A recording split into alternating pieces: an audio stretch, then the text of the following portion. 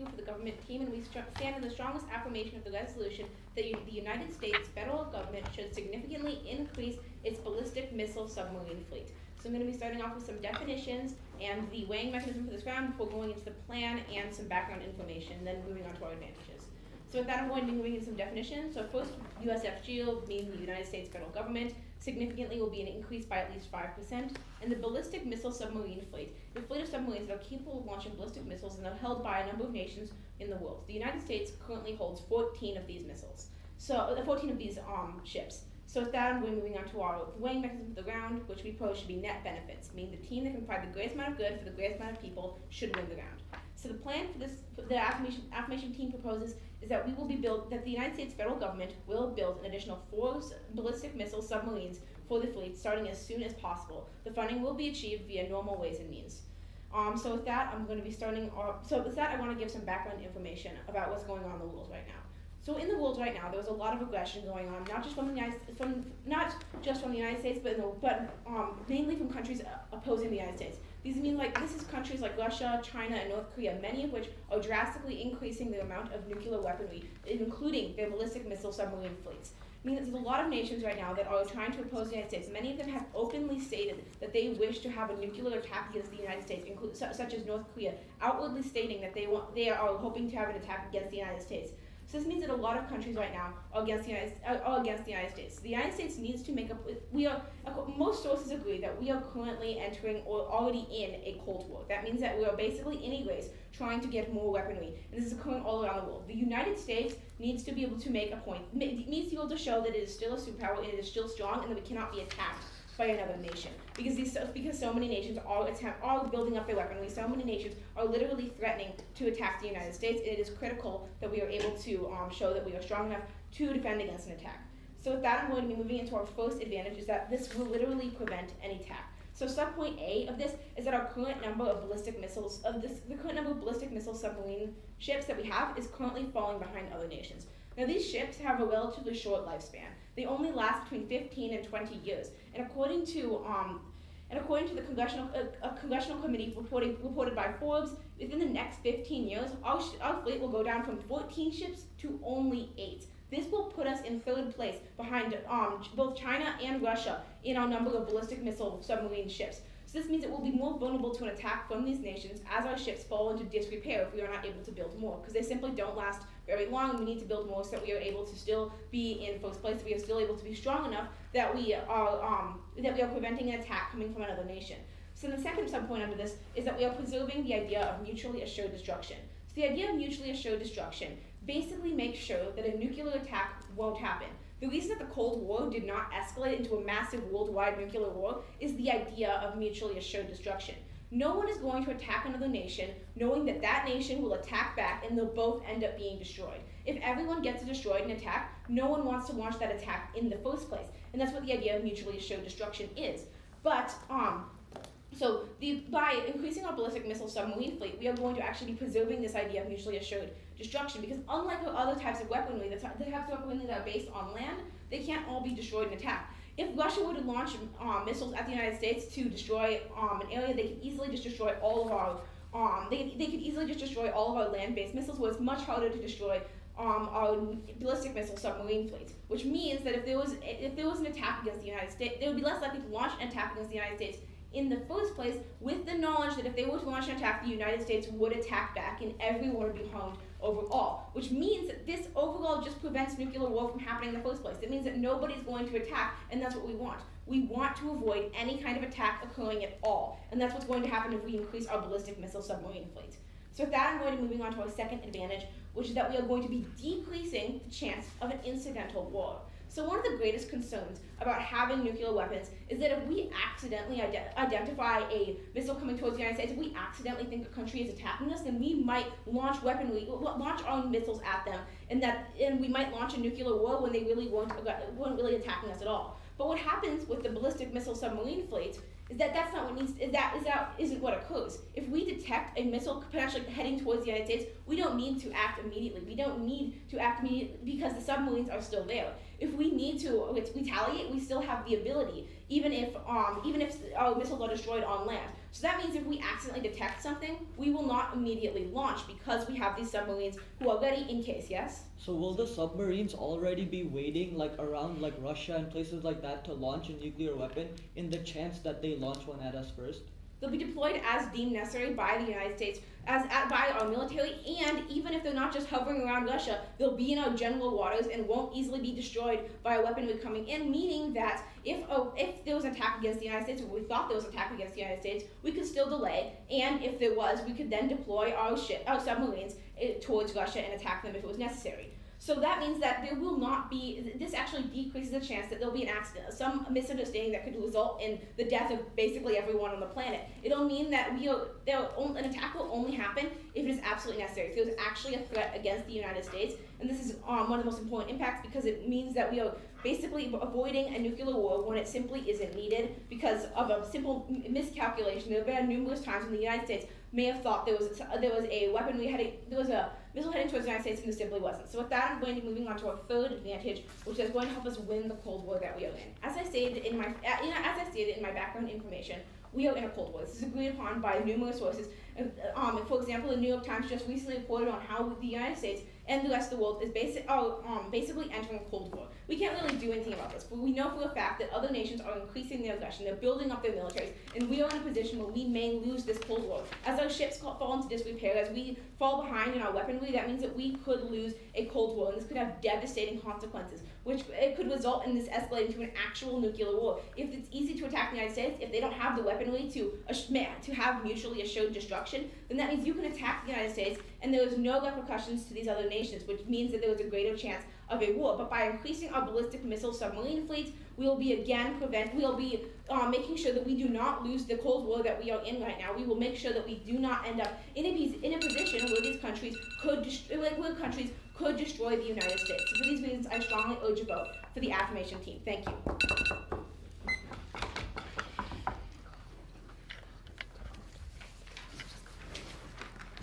Okay, so I'm gonna be refuting my opponent's points first, and then I'll be going on to my own points of today's debate. Time will be 8 minutes. Yes. Okay, so my time starts now. Judge, we agree with all their definition and their weighing criteria on net benefits. Whichever side provides the most amount of good should win today's debate.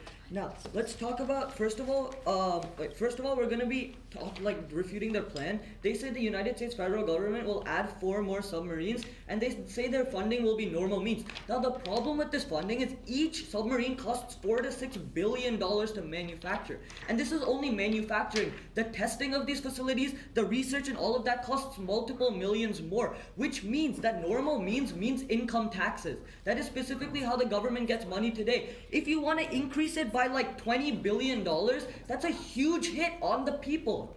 Therefore, their normal means, if they don't specify funding, we have to assume it's income taxes, which affects every single person in the United States on net benefits. That's already a net harm they are causing.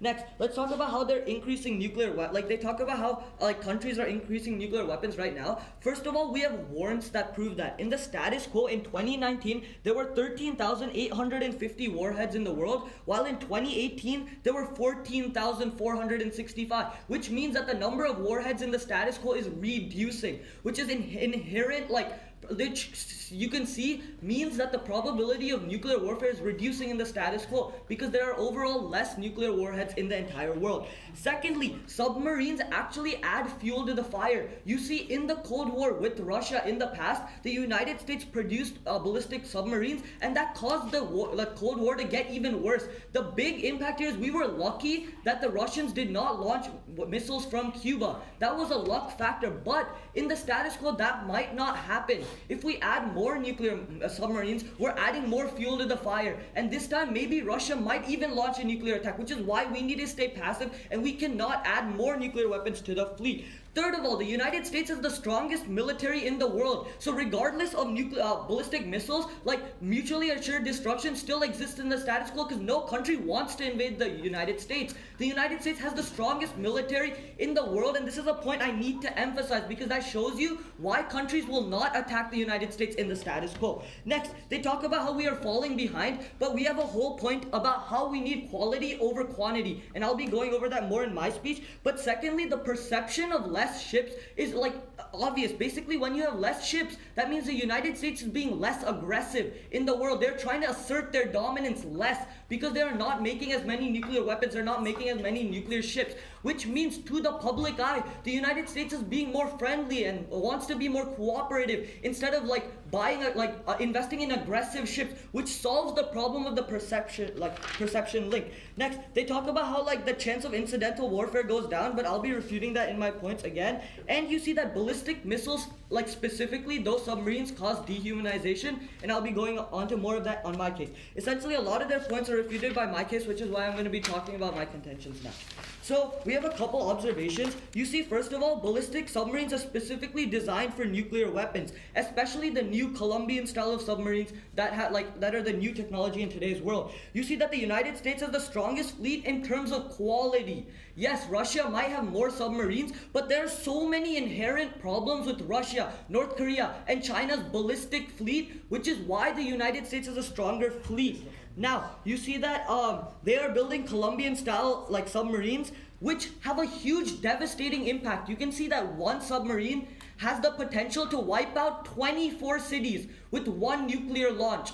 24 entire cities get destroyed by one launch on their part. We should not allow like submarines to have, and like the United States to have this kind of power and cause dehumanization on an unprecedented scale. Destroying 24 cities is millions of lives that could be wiped out. And by giving the United States this power, you are specifically letting them have access to doing things like this. And secondly, also on the cost, like it costs $4 to $6 billion just to manufacture. There is also testing. You have to test these submarines. You have to research on these submarines because they always have to keep getting better. These costs are not accounted for by my opponents. Finally, again, as I told you, the ballistic missile actually fueled the Cold War. You see that by making ballistic missiles, the Russia and the United States made more ballistic missiles, it caused more tensions to rise because you see there's more aggression.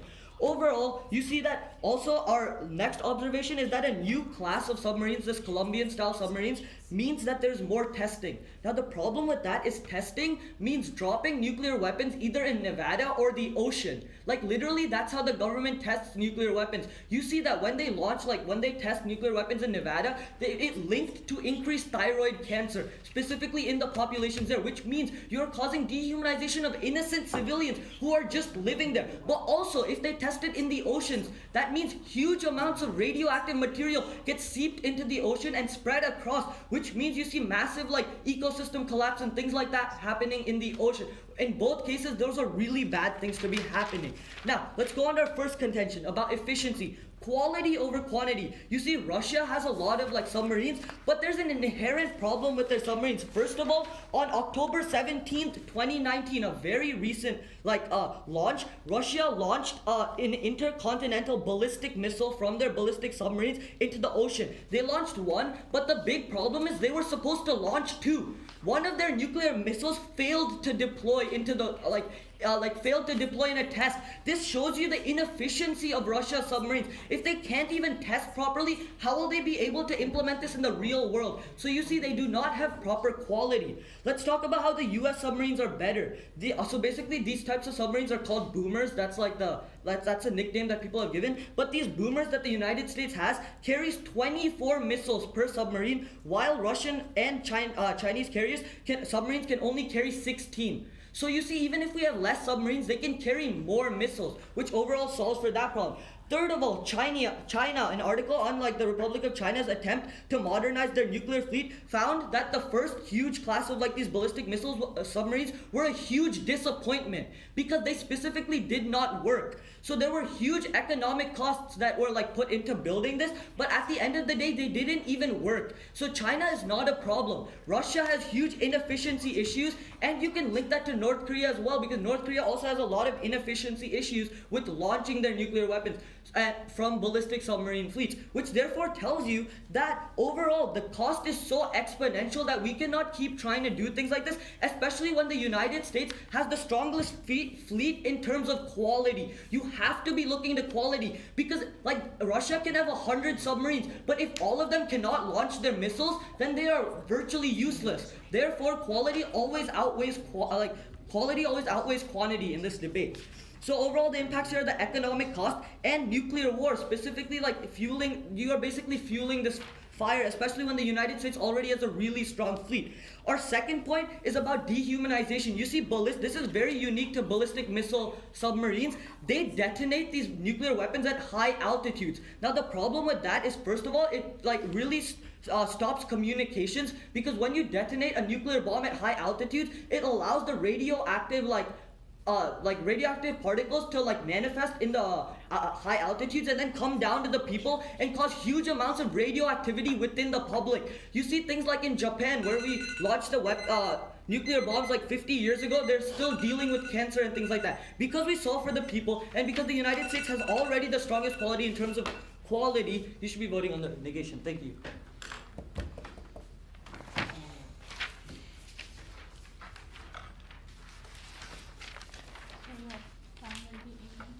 Huh? Yes. One second. Just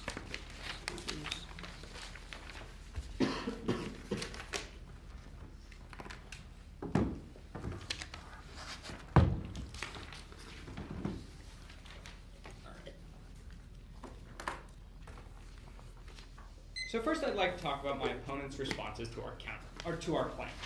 They say that, it's expensive, right? It costs $4 to $6 billion to manufacture a single sub, and we have to manufacture a bunch, and so obviously it's going to be income taxes. We never stated income taxes. What we mean by normal ways and means is it's going to come from the military budget, right? That's the logical approach to this. If the military is building something, it's logically going to come from the military budget. I don't know why my opponents assumed it would be income taxes. It's kind of an unfair assumption and kind of a illogical assumption, right? This money is going to come from the military budget, which is already so large it can accommodate a couple of extra $1 billion here or there spread out over a couple of years. That's really not a big dent to the military budget. And so for that reason, yes. Where does the military budget come from?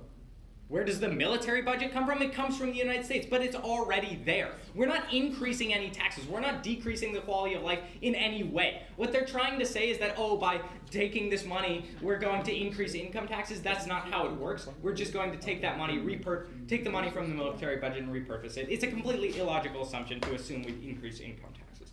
Now I'd like to talk about how they say, so in response to our background information, we talked about how many nations are increasing the size of their nuclear missile arsenals. And they say, it decreased from 2018 to 2019. And while this may be true, while the nuclear warheads might have decreased, what's happening? Look at North Korea, right? They're trying to build a nuclear arsenal.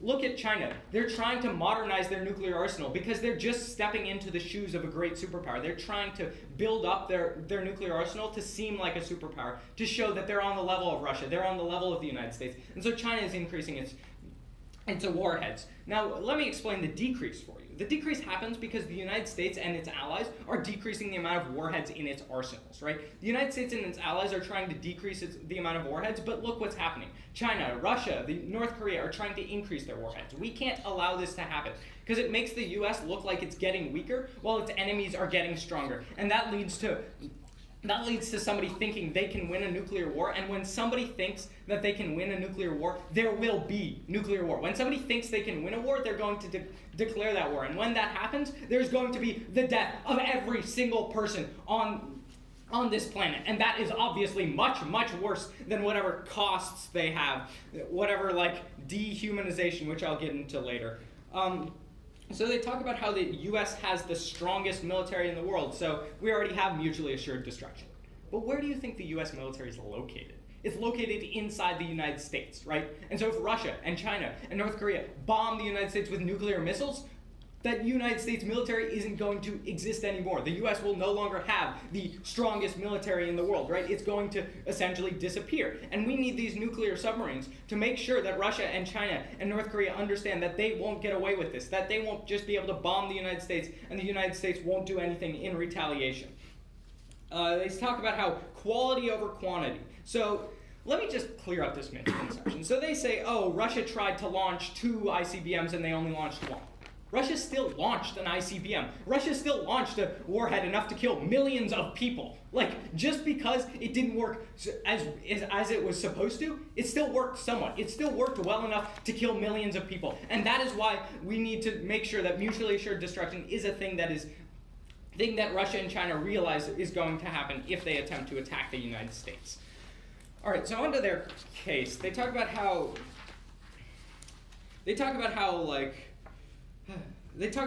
nuclear subs are designed for nuclear weapons, and the U.S. is going to increase in power.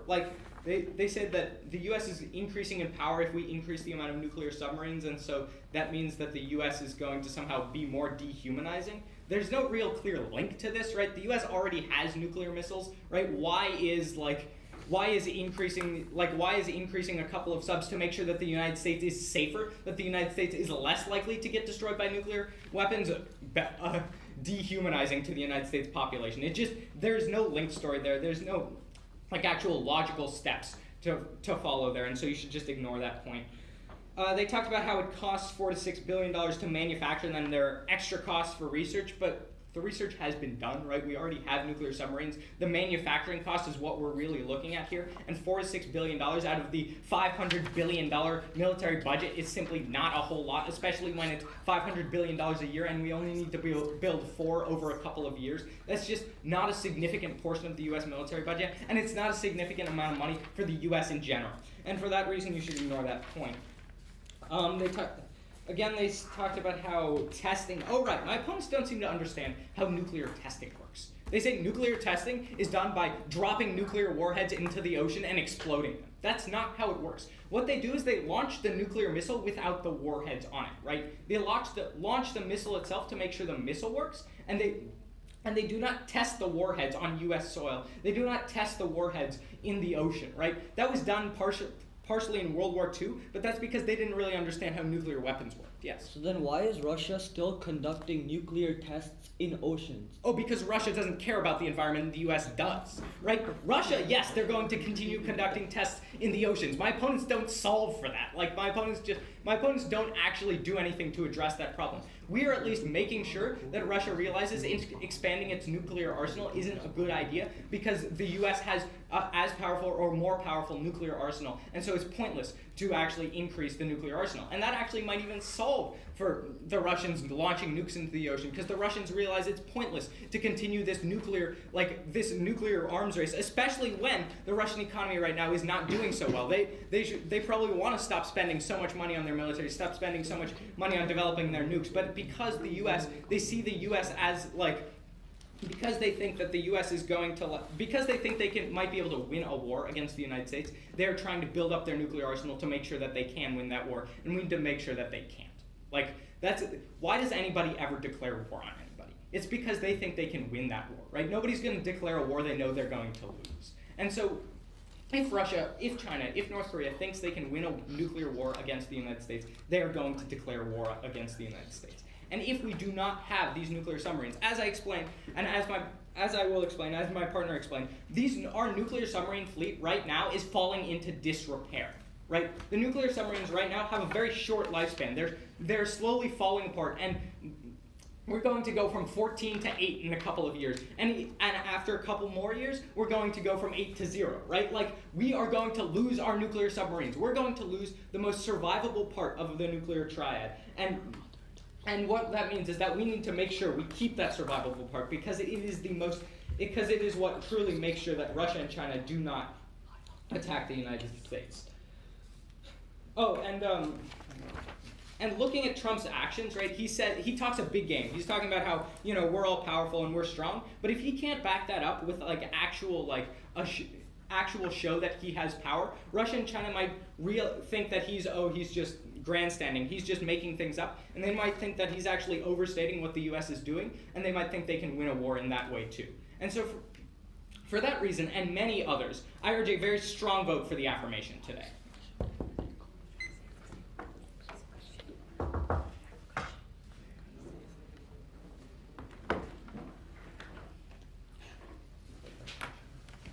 Alright, so a brief overview before I begin. First, I'll be going over the affirmation case and refuting their case, and then I'll be talking more about the negation case and why the negation should be winning today's debate. So if everyone is ready, my time begins now. So first we will discuss Okay. First we'll be discussing the funding that has been so contentious in this debate.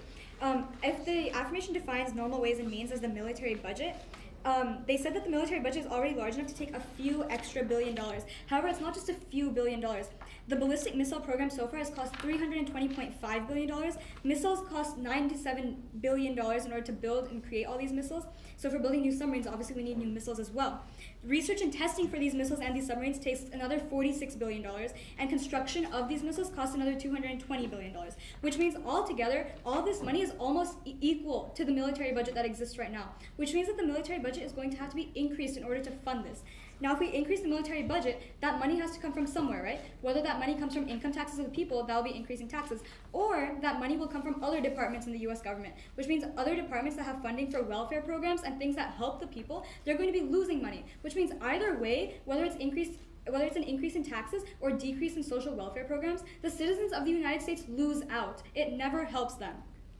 Now, moving on to our points about how there is less warheads in the world right now. So they say that North Korea and China, that there's a decrease in nuclear warheads because the US and allies are currently reducing the warheads. Now, if this was true, right? If the United States and its allies were reducing warheads, and North Korea and China were currently building up more warheads than the US and allies are reducing, this means that there would be a net positive change. However, what we're seeing is a net negative change, which means that overall, these countries in general are producing fewer warheads. That means that there's not a sudden uptick in warheads produced by North Korea and China, because we're still seeing a global decrease in the existence of these warheads.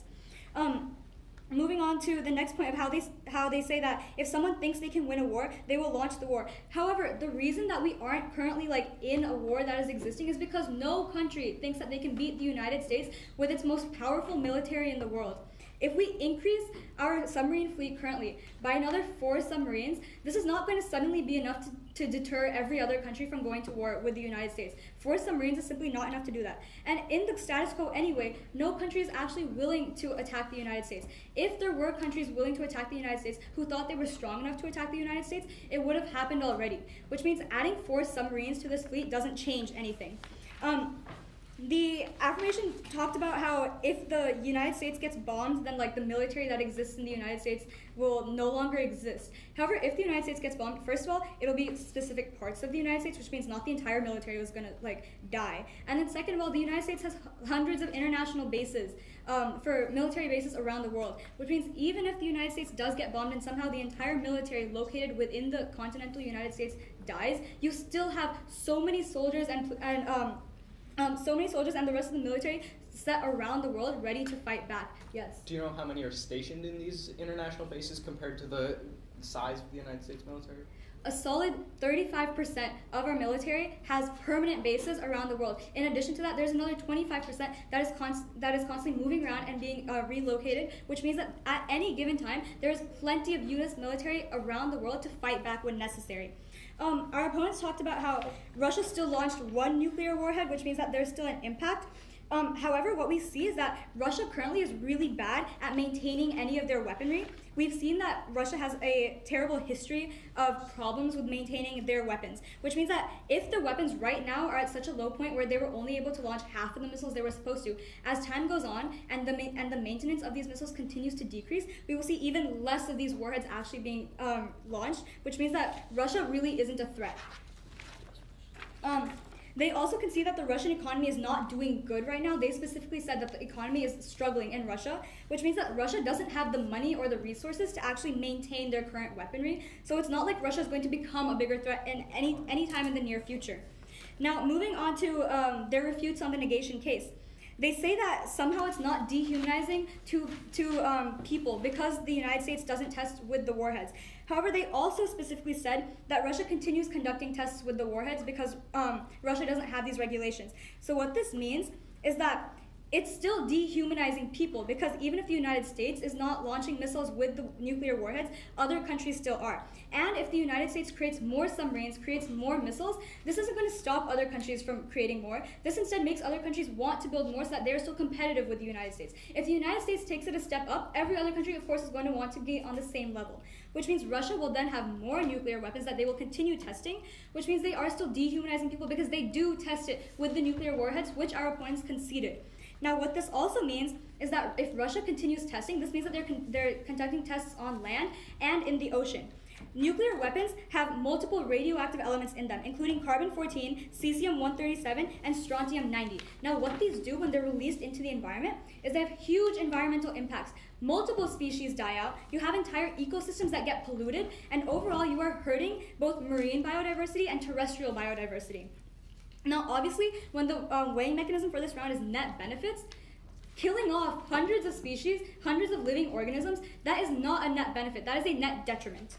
Moving on, they said that there is currently a short lifespan for the submarines, and they'll will eventually no longer have submarines. However, the United States has the funding in order to continue maintaining what we do have, and even if there is a short lifespan, by the time that the affirmation plan is actually able to build these submarines, as my partner said, this new submarines that will be built will be of the Columbia class. Now, this is a brand new class of submarines that have not been prototyped yet, that have not been tested yet. In fact, the current goal for these submarines to be created is in 2035, which means even if we start doing this now, there is still another 16 years before any of these new submarines will be added to the existing fleet. In 16 years, any other country that actually wanted to do anything to the United States in that time, it would have happened already. So the affirmation plan really has no impact here. They say that the plan will occur as soon as possible. But because the current goal for finishing these new ships is 2035, that is as soon as possible, which means as soon as possible for them is 16 years from now. Maybe later, I have a lot to get through. And then they did it, the affirmation completely dropped our point about how people will be dehumanized because these missiles are launched at high altitudes, which means that when they detonate in high altitudes, the nuclear fallout from this can spread across not just the one area where it was originally meant to be, but if it's at a high altitude with different weather conditions, that could spread across larger, vast regions, which means that you're not just affecting the one area that was targeted, it's affecting huge areas. As my partner said, with just one missile detonating, you could be wiping 24 cities off of the map. 24 cities is millions of people. Millions of people would be dying just like that. And since these missiles are launched at higher altitudes, we're looking at even higher rates of death than that, even higher rates of dehumanization. Yes. So when did we say we were building Columbia class specifically? So Columbia class is the current class of ballistic missiles that are currently in development right now that the United States military is looking into. Now, because the affirmation did not specify which class we would be looking into, and because it's only logical that if the United States was to invest in new missiles, they would obviously invest in the newest, best versions of those missiles, right? That's the only logical argument here. That means that it will be the Columbia-style missiles, and these ones will only be done by 2035. For all these reasons, I strongly urge a negation vote. Thank you.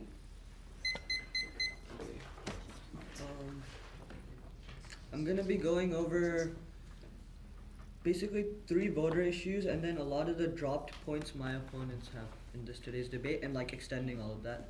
So my time starts. 4 minutes. Yeah.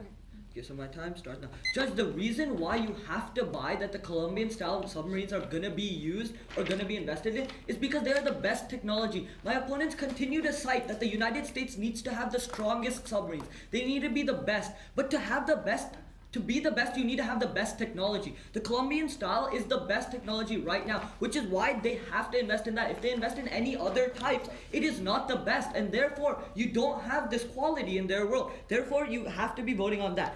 Next, let's talk about the precedent we as the NEG put in today's debate. We tell you that in the Cold War, the United States specifically funded ballistic missiles. That led to fueling the fire in the Cold War. If we had not invested in ballistic missiles, then the Cold War would not have been so bad because there would not have been these huge amount of tensions. I also tell you that we got lucky because of because Russia did not launch the weapons, but in the future, but that might not happen, which is why we need to de-escalate these tensions now and not fuel the fire even more, which is why we cannot invest in more submarines and cause more problems. They dropped this point about how submarines fuel the fire, and therefore you have to be voting on that.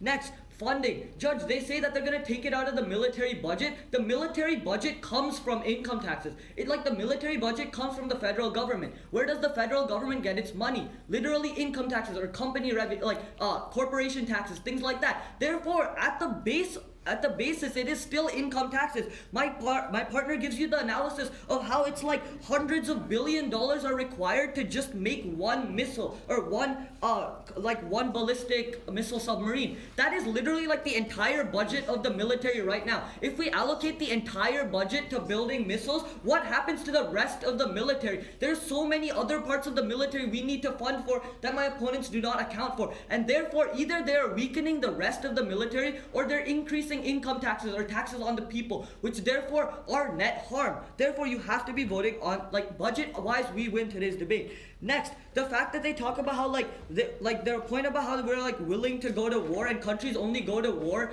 when they think they can win. First of all, the United States has the strongest military. We tell you this specifically. They say in the future we might not, but first of all, as my partner told you, the status quo maintains the submarines we have, which means that in 15 years they don't get obsolete essentially. But also you see there are other styles of submarines. There's cruise missile submarines. I specifically tell you this in my first speech, which can do a lot of the things that ballistic missiles do without the problems it has, which is why in the status quo we have cruise missile submarines which solve for a lot of problems like nuclear fallout. I'll be going over this more in 30 seconds, but essentially the status quo solves better because ballistic missile submarines are the problem. That is the legitimate problem. Now let's go on to dropped points in today's debate. They drop public perception. They drop the fact that when you do not add more submarines, that means the public, therefore we are not being aggressive. The United States is not being more aggressive in their tactics to invest in the military, which means the public is more likely to be if you add more tensions to the fire, that means that there's a higher probability of war occurring, which means that to the public, war is more imminent in a world where there are more tensions. Therefore, on perception, we win. Second point we win on is efficiency. We specifically tell you that US submarines can carry 24 missiles over other submarines. We specifically tell you that Russia has bad efficiency. They only launched 1 out of 2. And the problem with that is they concede the fact that the Russian economy is not doing well. If they do not even have the resources to maintain this inefficient system, how do they get better in their world, right? Therefore, you should be dropping it on that. At the end of the day, Judge, we impact out to death on specifically nuclear warfare. We impact out to dehumanization on nuclear fallout specifically. And therefore, because of that, because of all of these impacts and how we're solving for net benefits, you should be voting on the neg. Thank you. I'm going to be starting with some responses to things my opponent said, and then moving into my 2 main voting issues. Okay, my time starts. How many minutes? 5. Okay, my time will be starting now. So I first want to address their point about how this is going to somehow be the entire military budget, that we're going to cut from everything and everybody's taxes are going to increase dramatically. So I want to first point out, they don't actually give a number for how much people's taxes will increase, and it could be reasonably assumed across the entire nation. Even if everything they say is true, people's taxes overall would increase a minimal amount. Then secondly, the amounts that they're citing at max would probably be about $20 billion, which is nothing compared to our multi-trillion-dollar military budget. The cuts that it would take from a few departments would have no impact anywhere. We would spend a couple billion on the ballistic missile submarine fleets, which would have no impact on any part of our military because our military has a budget of multi-trillions of dollars. They have such a high military budget that this is completely absurd to think that people's income tax would increase because it wouldn't take much for us to move a little bit of money around to slightly shift it over. So next we move on to how So that's I want to point out how they said how no country can beat us. How even if the United States is bombed, we have members of the military elsewhere. But first off, that means but they even say that there's only 35% of the military outside the United States, which is nothing compared to the military being presented by other countries. If the United States attacks and all we have left is 35% of our military, we are basically screwed because other countries have a massive military. If China attacks us, then we have 35% of our military against the entire Chinese military and all of their allies, which is way more than the 35% that we will have remaining. So then they will talk about how it's and I want to really quickly point out the whole thing about how we're going to be able to maintain things. It's all going to be fine. But again, how are we going to maintain ships? But I said that we have a lifespan for these ships. These ships do not last more than 15, 20 years. We are trying to maintain them, but they just don't last longer than that. That's what I said in my first speech. They just don't last longer than 15 to 20 years. No matter how much we try to maintain these ships, they're just not going to last longer, which means that they will just break down within a few years.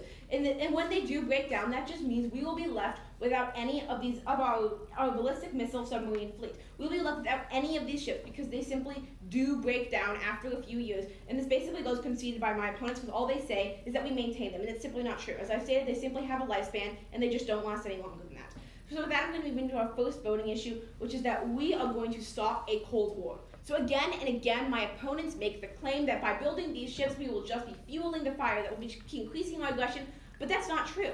Aggression is happening. Whether we like it or not, right now, other countries are increasing aggression, and quite frankly, the United States is too, but we need to be able to back up what we are saying with actual military force. We need to be able to back up what we are saying because other countries are seeing that we are trying to increase aggression. My opponent brought up the statements that are being made by Trump. Trump is basically trying to say to other nations that we could totally blow you up, we could destroy the world, but we don't actually have the weaponry to make this possible. So we are fueling the fire anyways. No matter what, the fire is being fueled, no matter what we are in a Cold War, no matter what, we are at risk of being attacked, but what we need is for if an attack were to happen, that we can defend ourselves, and an attack can be prevented because we actually have military to back this up, that people are actually concerned about mutual assured destruction, which is what I bring to my second voting issue, which is that the government team prevents war. Again, my opponents do not prevent war of any sort. They say that we are only, again, the whole fueling the fire thing is entirely untrue. The countries are building up their arsenals, and if the United States is not as powerful as them, if we lose an entire aspect of our nuclear triad, then we are going to be so much easier for these nations to attack. And this goes totally dropped by my opponents. They completely dropped our analysis. They also completely dropped our analysis on how accidental war is an incredibly great risk of when we have nuclear weapons. Right now, there is an incredibly high risk of having an accidental war because if we detect a missile, then if we detect a potential nuclear warhead approaching the United States, then we will launch one of our missiles that is based on land immediately, without actually seeing if these missiles are going to hit the United States or not. But when we have submarines, we can delay this response. We can wait and see if we are actually being attacked to attack back, which means that miscalculations aren't going to end up with the annihilation of everyone on the planet. And this is probably this is the biggest impact of the round, because that means it won't be an accidental war started over nothing. There will not be every person dying on the planet through no fault of anyone, just an accident, a miscalculation on somebody's computer. And my opponents don't respond to this at any point. It is entirely dropped throughout the round. So what we need to look at here is that the government team is the only one actually preventing any kind of war. We are preventing us from losing a Cold War, and we are continuing mutually assured destruction, which simply isn't there without the ballistic missile submarine fleet. It's simply not there because so much of the United States military could be destroyed if the countries were to bomb the United States. So much of the United States military would be abolished because the fire is being fueled, because so many nations are already increasing aggression, whether we like it or not, and because these nations are increasing their nuclear weaponry, even if our allies aren't. So for these reasons, I strongly urge a vote for the government team. Thank you.